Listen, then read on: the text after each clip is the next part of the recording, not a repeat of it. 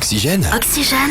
Le Zoom Montagne. Chaque jour sur Oxygène, toute l'actualité montagne, c'est le Zoom Montagne avec Victor Desjoignies. Et Victor, on parle d'un sport qui peut se pratiquer maintenant en montagne. Et le BMX Freestyle vient de recevoir une très bonne nouvelle pour l'avenir de son sport, reconnu désormais comme un sport olympique par le Comité international olympique. Et cette discipline possède une histoire extrêmement intéressante, Et le Victor. BMX Freestyle est apparu en 1963 aux États-Unis et sans vraiment le savoir, la marque Schwinn change la vision du cyclisme en sortant un nouveau modèle de vélo en style motocross. Il faut par contre attendre 1975 pour voir apparaître le premier skatepark et surtout la fin de ces années 70 pour que ce skatepark soit utilisé par des jeunes en BMX, dont principalement Bob Arrow, un des pionniers de la discipline qui a d'ailleurs lancé le premier vélo 100% freestyle. Alors, ce sacré Bob Arrow et ses amis freestylers n'étaient pas bien vus dans le monde du vélo au départ. Et ils étaient souvent mis de côté d'ailleurs, ils ne possédaient pas leurs propres épreuves et ces riders effectuaient par exemple des figures en pleine course et se faisaient disqualifier.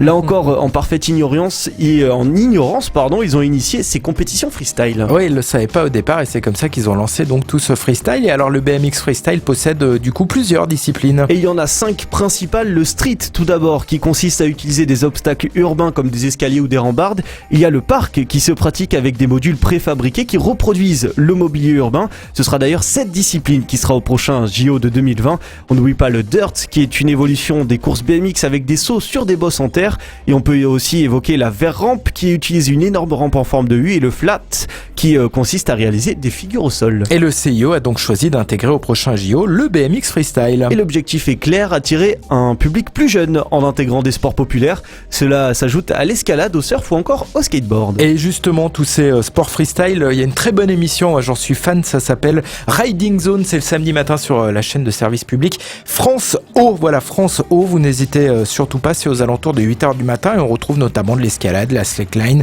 du surf, du skateboard, du BMX freestyle, du snowboard, voilà, toutes ces disciplines freestyle. Merci Victor, à demain pour un nouveau Zoom Montagne.